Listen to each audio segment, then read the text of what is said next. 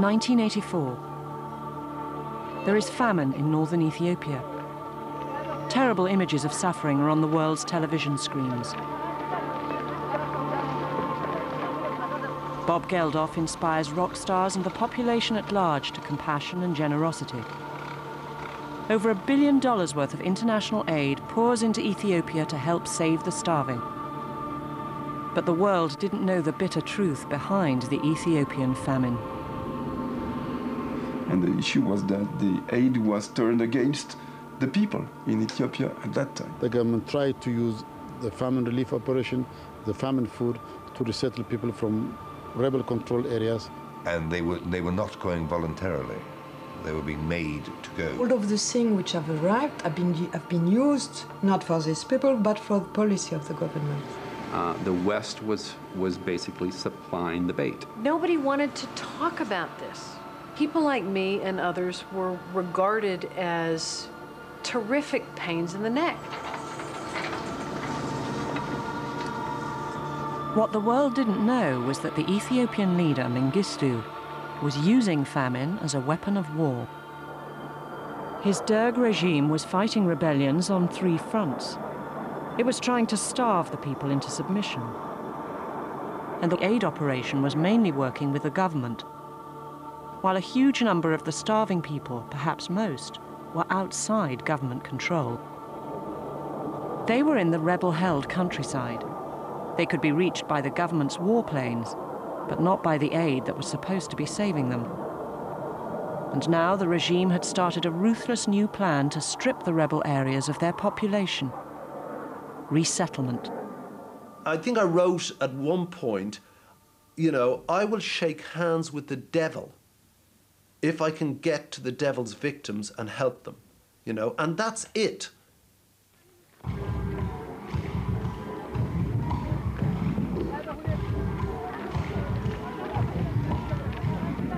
In the rebel-held countryside of northern Ethiopia, the people had a desperate choice.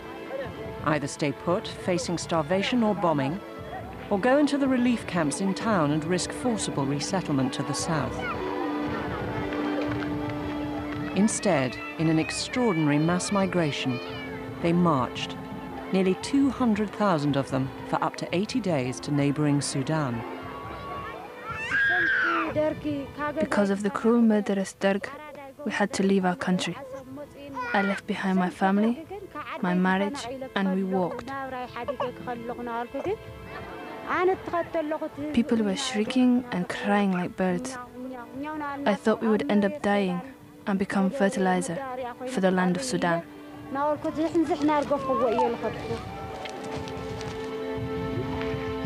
The rebels' relief societies appealed to the international aid agencies for support. There was little response.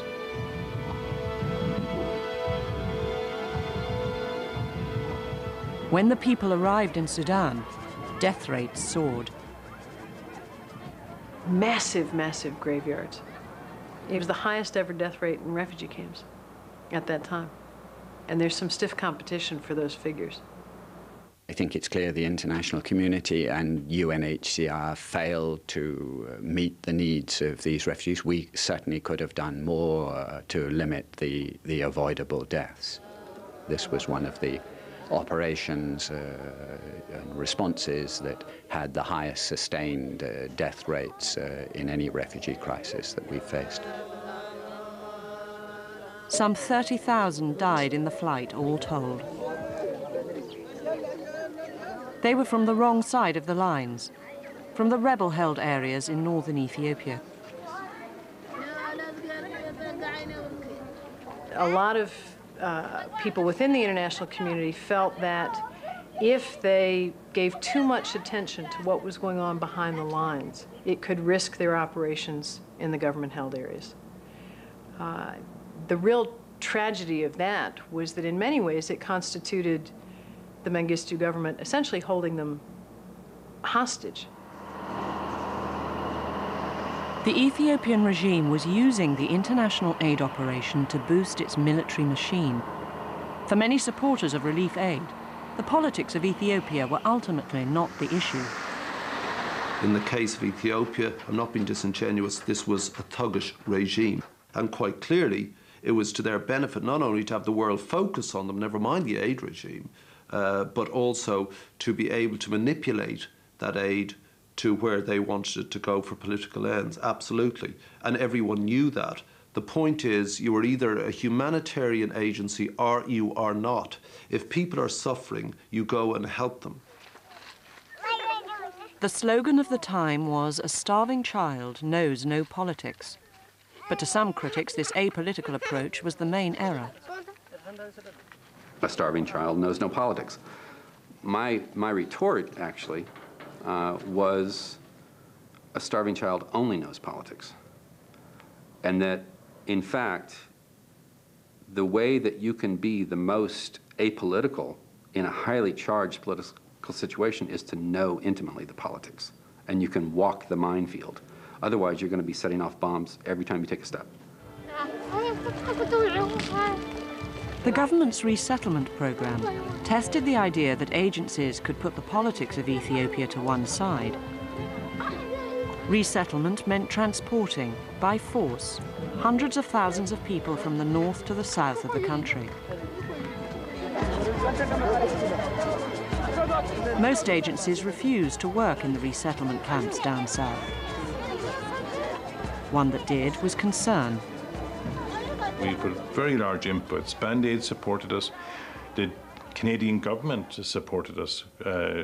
They gave us the first $1 million we ever received from a donor was from the Canadian government, and it was for resettlement. In mid-1985, a group of American anthropologists published a controversial report. It said the program had already cost the lives of up to 100,000 people. We were really astounded after we finished our work and started to present the information to the world at the viciousness with which the so-called humanitarian agencies attacked the findings and the messengers.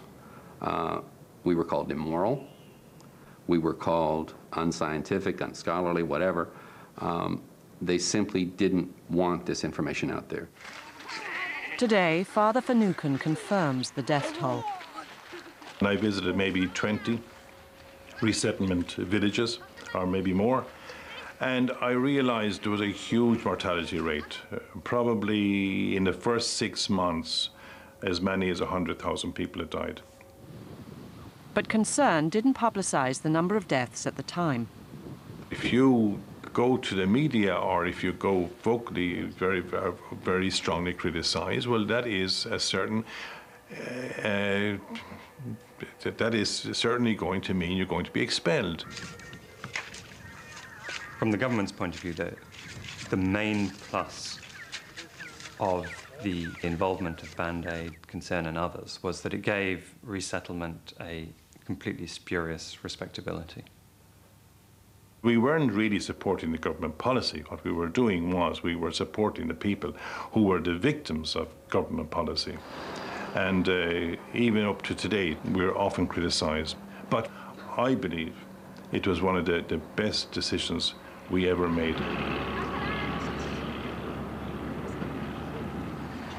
By remaining silent on this issue, we, the relief groups, we were sending a message, a very clear message to the international community. And this message was, no problem, just walk your way. Everything is under control here. We are working, you send money, we use it for the interest of the people, and that's it. Médecins Sans Frontières did publicly protest and were duly expelled from the country. For most of the aid community, resettlement, while appalling, was one catastrophe among many. It wasn't disproportionately horrible, the resettlement program, horrible though it is. 80,000 people, spare me, and probably more, though, you know, we limited that. It would have been more if a load of agencies hadn't gone there and done something to try and stabilise it. But globally, in the scale of this monstrous event of 30 million people being affected, and within country itself, many millions, and a war going on, this was one more story. the people who died in the resettlement program, the 100,000 people who died, is a major component of the overall famine mortality, and is quite possibly equivalent to the number who were saved because of the overall aid operation. For Geldof, the death toll from resettlement seems relatively small when compared with the numbers saved by the aid operation. Millions were kept alive, and we can quantify it because it was all accounted by the Oxfam, by Save the Children, by World Vision, by CARE and by Band-Aid. You can quantify it. Yet agencies find it very hard to calculate the precise effects of their interventions. They produce detailed financial accounts. They report on the efficiency of aid delivery. But generally, they don't know how many die in these crises, and they don't know exactly how many lives they save. What little we know about how rural people survive during famine, and what we know about why people die during famine, points to the same conclusion. The reality is, people survive essentially through their own efforts. 80–90% of the contribution to ordinary people's survival in a famine is through their own work, and the relief operation is maybe 10 or 15% maximum contribution.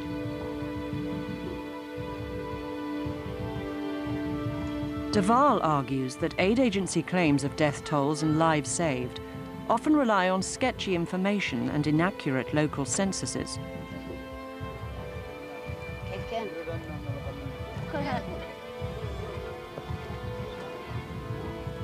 When we have a case where someone is claiming that aid on its own has saved millions of lives, when people are taking at face value statistics produced by a government that had every reason for falsifying the statistics and very systematically did so, and these people make a claim that is completely without parallel in the history of famines, I think we can be very skeptical about whether it's likely to be true.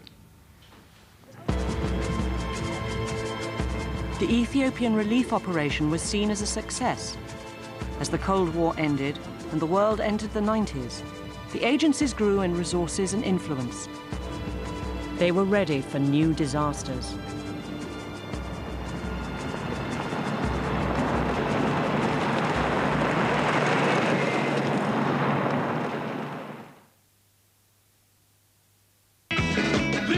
Buster Bloodvessel, frontman of Bad Manners, ruled the clubs, charts and UK ska scene in the early 80s. Renowned for his outrageous costumes and massive protruding tongue.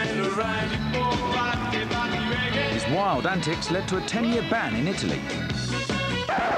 Well, Buster, if you'd had more help with savings and mortgages, would you have still gone into the hotel business? I guess not.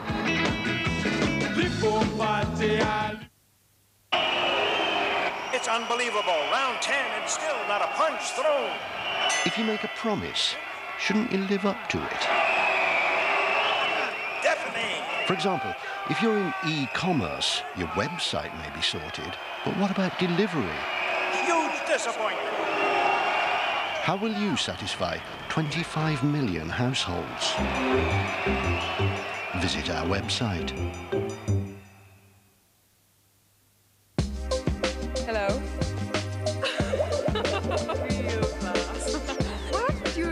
From December the 1st, the way you use your phone will never be the same again.